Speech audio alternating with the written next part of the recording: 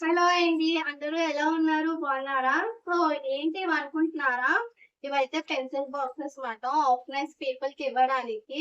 Erasers, sharpeners and pens, pencils అవన్నీ అయితే కొన్నాము.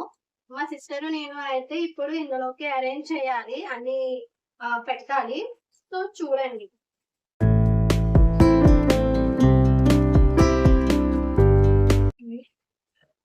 సో, ఒక షార్ప్‌నర్, ఒక పెన్సిల్, ఒక షార్ప్‌నర్, ఒక ఎరేజర్ ఇలా అయితే అరేంజ్ చేస్తున్నాము. సో, వీటన్నిటికి ఇలానే అరేంజ్ చేయాలి.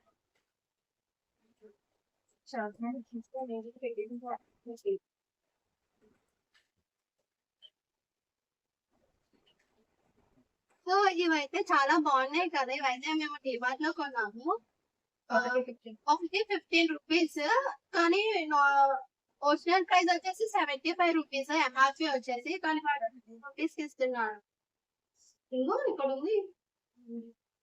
75 రూపీస్. మీరు ఇవ్వాలి అని అనుకుంటే ఆర్గనైజ్ పీపుల్‌కి చాలా బావుంటాయి.